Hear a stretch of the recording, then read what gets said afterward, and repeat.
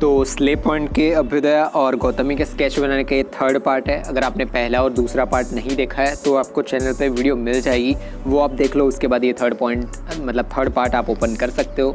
तो चीज़ ये है कि सबसे बड़ा इंपॉर्टेंट हमेशा कोई भी स्केच बनाते हो तो उसमें ये होता है कि आप बेस लेयर या शेडिंग कैसे करते हो। अगर आपके शेडिंग ही ठीक नहीं है तो जैसे कि ये गौतमी का स्केच बन रहा है मेरा, वैसी प्रॉब्लम हो सकती है आपको। बट ये प्रॉब्लम वहाँ पे भी होती है जहाँ पे आपको डिटेल ज़्यादा नहीं दिख रही होती है। मैं हमेशा मेरे स्केचेस में ये बोलता हूँ कि आप जहाँ तक हो सके तो 4K या हाई रेजोल्यूशन फ़ोटोज़ ही यूज़ करो। बट बहुत बार ऐसा होता है कि आपको जो कमीशन आर्ट वर्क या फिर कोई भी स्केचेस आपको मिलते हैं बनाने के लिए, उसके अंदर ज़्यादा डिटेल्स नहीं दिख रही होती है। तो आपका जो क्लाइंट है या किसी को भी आप रिकमेंड करो कि भाई उनको बनाना है स्केच, तो उनको बोलो कि जहाँ पे आपको ज़्यादा डिटेल मतलब या HD या फिर ऐसी फ़ोटोज़ मिले वही आपको फ़ोटोज़ भेजें। अगर आपको वो नहीं मिल रही है तो मैं रिकमेंड करूँगा कि आप हो सके तो बड़े पेपर में बनाओ, ज़्यादा डिटेल्स दे पाओ। तो गौतमी का ये स्केच बनाने में गलती ये हुई है कि ज़्यादा डिटेल्स नहीं दिख रही थी पहले तो, और उसके बाद प्रॉब्लम ये हुई कि जो टाइम ज़्यादा देना होता है वो गौतमी का स्केच बनाने में ज़्यादा लग गया, क्योंकि जो राइट साइड वाला उनका फेस है और लेफ्ट साइड वाला फेस है उसमें बहुत ज़्यादा ड्रास्टिक चेंज है। क्योंकि लेफ्ट साइड वाले फेस पे बहुत ज़्यादा हाईलाइट्स दिख रही है। वो हाईलाइट्स के बीच में उनका डिम्पल या फिर कुछ है जहाँ पे थोड़ा बहुत डार्कर पार्ट दिख रहा है लेफ्ट साइड वाले, मतलब जो उनका चेक वाला पार्ट है वहाँ पे जो डार्कर पार्ट जब मैं बनाने का ट्राई कर रहा था तो वहाँ पे मुझे कम्प्लीटली डिफरेंट लुक दिख रहा था। मतलब मैं ये बोलना चाहता हूँ कि जो बेस लेयर मैंने बनाई थी 2B पेंसिल से, उसके ऊपर जब मैं 3B पेंसिल या 4B पेंसिल से वो थोड़ा बहुत पिंपल या डार्कर पार्ट्स बनाने का ट्राई कर रहा हूँ, तो जब वो पूरा बन जाता है तो उसके बाद वो पार्ट, मतलब ब्लैक वाला पार्ट है थोड़ा बहुत, वो बहुत अलग दिख जाता है। कि जैसे ब्लेंडिंग, हम जब भी ब्लेंडिंग करने का मेन पर्पज़ ये होता है कि पूरा आपको अच्छा सा लुक दिखे पूरे स्केच का।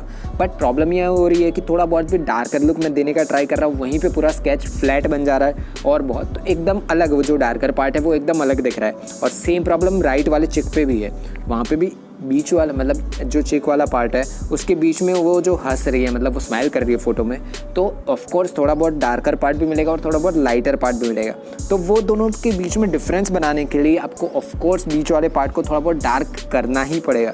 तो वो डार्क पार्ट अगर फेस के साथ ब्लेंड नहीं होगा ठीक से तो यही गलती होगी जो अभी गलती हो रही है। कि जैसे आप देख सकते हो कि लेफ्ट साइड वाले पार्ट में मैंने थोड़ा बहुत डार्कर लुक दिया 3B पेंसिल से, बट ये बहुत गंदा लुक दे रहा है क्योंकि जो उनका फोरहेड है, मतलब हेयर ऊपर वाला, चश्मे के ऊपर वाला पार्ट है, वो बहुत ज़्यादा लाइट है, मतलब कि सन रेज पड़ रही है उसके ऊपर तो वो लाइट दिख रहा है। और लेफ़्ट साइड वाला जो फेस का पार्ट है वहाँ पे भी थोड़ा लाइट है और थोड़ा डार्क है। और जो राइट साइड वाला फेस है, मतलब जो हेयर के पास वाला पार्ट है, वो चिक के पार्ट पे बहुत ज़्यादा डार्कर लुक मिल रही है और लाइटर लुक भी मिल रही है। तो जो बहुत सारा डिफरेंस बन रहा है कि फेस अगर डार्कर हो या हाईलाइट हो या शेडोज़ हो, तो दो के बीच में ही होता है, या तो हाईलाइटेड होता है या फिर एकदम डार्क होता है या शैडोड होता है। तो यही तो डिफरेंस होते हैं स्केच में। बट ये पर्टिकुलर जो पोर्ट्रेट मैंने यूज़ किया है गौतमी का, वहाँ पे बहुत ज़्यादा डिफरेंसेस दिख रहे हैं कि कहीं पे बहुत ज़्यादा लाइट है, कहीं पे बहुत ज़्यादा डार्क है। और इसी के बीच में गलती ये हो चुकी मेरे से ये स्केच बनाने में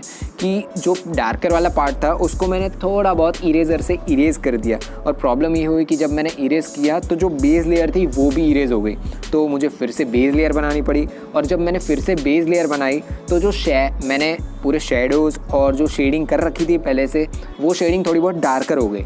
तो ऑफ कोर्स मुझे फिर से रबर यूज़ करना पड़ा। और यही चेंजेस और यही गलती होती है जब आप शेडिंग ठीक से फेस पे ना करो। और ये गलती मैंने जानबूझ के इसलिए क्योंकि बहुत सारे बिगिनर्स या फिर जो इंटरमीडिएट आर्टिस्ट होते हैं जिन्होंने 50-100 के आसपास ही स्केचेस बना रखे हैं और फेस स्ट्रक्चर इतना उनको नहीं पता होता या फिर शेडिंग नहीं पता होता, तो वो लोग डायरेक्टली, जैसे कि मैंने गलती की गौतमी के स्केच में कि डायरेक्टली मैंने ईयरबड यूज़ कर दिया और उसको फ्लैट बना दिया ताकि मैं उसके ऊपर एक और लेयर चढ़ा सकूँ। बट प्रॉब्लम ये हुई कि जब मैंने एक और लेयर 3B की चढ़ाई, मतलब जो डार्कर पार्ट दिख रहा था उसके ऊपर चढ़ाई, तो प्रॉब्लम ये हुई कि वो पूरा डार्कर पार्ट बन गया और वो फेस से पूरा अलग दिख रहा था।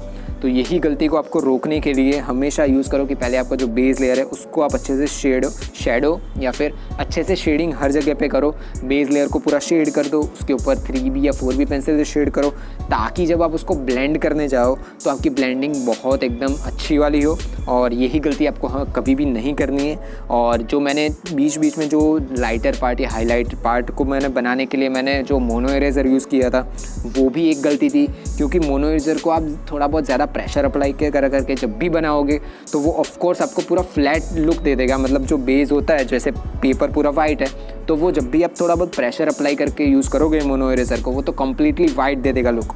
और यही गलती होती है जब आप मोनो इरेज़र को ठीक से यूज़ ना करो।